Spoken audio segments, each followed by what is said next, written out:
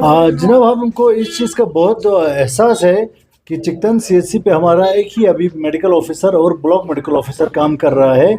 इसमें वजह ये हो गया कि जो एनआरएचएम में डॉक्टर्स आते थे पहले 4 था, तो उन्होंने एक एक करके जब जॉब मिला, किसी ने पीजी किया, कोई दूसरी जगह पे चला गया, तो एनएचएम वालों ने छोड़ते गया तो हमारा सीएचसी का जो है डॉक्टर्स कम हो गया।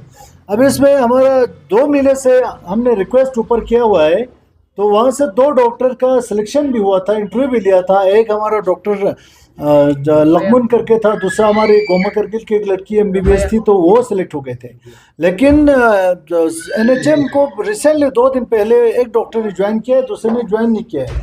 तो हम एनएचएम वालों को ना ज्वाइन करने के लिए फोर्स कर सकता है, ना उनको एडवर्टाइज गवर्नमेंट बार बार कर रहा है, लेकिन कैंडिडेट नहीं मिल रहा है।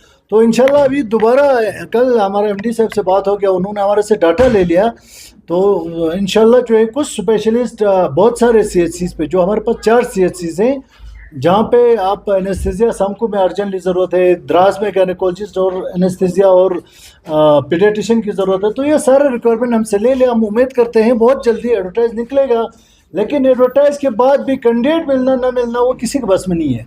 तो जो ही कैंडिडेट मिलेगा, और एमओ तो इंशाल्लाह मिल ही जाएगा, तो चिकतन में हम 2-3 हफ्ते के अंदर दूसरा डॉक्टर, 2 डॉक्टर और जो एग्जिस्टिंग एक है, तो 3 हो जाएंगे। तो इंशाल्लाह ये मसला जल्दी रिजॉल्व हो जाएगा। उनका बात हम तस्लीम करते हैं, बहुत इशू है, एक सीएचसी पे एक ही डॉक्टर दिक्कत हो जाता है उसको। तो जो ये मतलब इस बात पे सीरियस है गवर्नमेंट। एनएचएम ने इंटरव्यू भी किया, अब कल परसों एडवर्टाइजमेंट दोबारा निकल रहा है, तो और डॉक्टर जब अप्लाई करेगा सेलेक्ट होके आ जाएगा। सर, लोगों ने ये यानी थ्रेट दिया है कि 13 मुहर्रम तक अगर ये इशू सॉल्व नहीं होता तो लोग एहतजाज करेंगे। तो ऐसे में ऐसे सीएमओ आप इस इशू को कैसे टेकअप कर रहे हैं? क्या टाइमिंग रहेगा, कब तक? अब कुछ चीज़ें जो है मैं अपना एज ए सीएमओ के कैपेसिटी में नहीं बोल सकता हूँ। मुझे गवर्नमेंट के पॉलिसी मैटर्स पे मुझे कोई अथॉरिटी नहीं है, ना मेरे पास पावर है। मैं अपने लिमिट में बोल सकता हूँ, उसके आगे आपको हायर अप से पूछना पड़ेगा, हायर अथॉरिटी से, जो मेरे कंट्रोल में नहीं है। तो टाइम का डेडलाइन मैं नहीं दे पाऊँगा, कैंडिडेट मिलेगा नहीं मिलेगा, कब तक आएगा।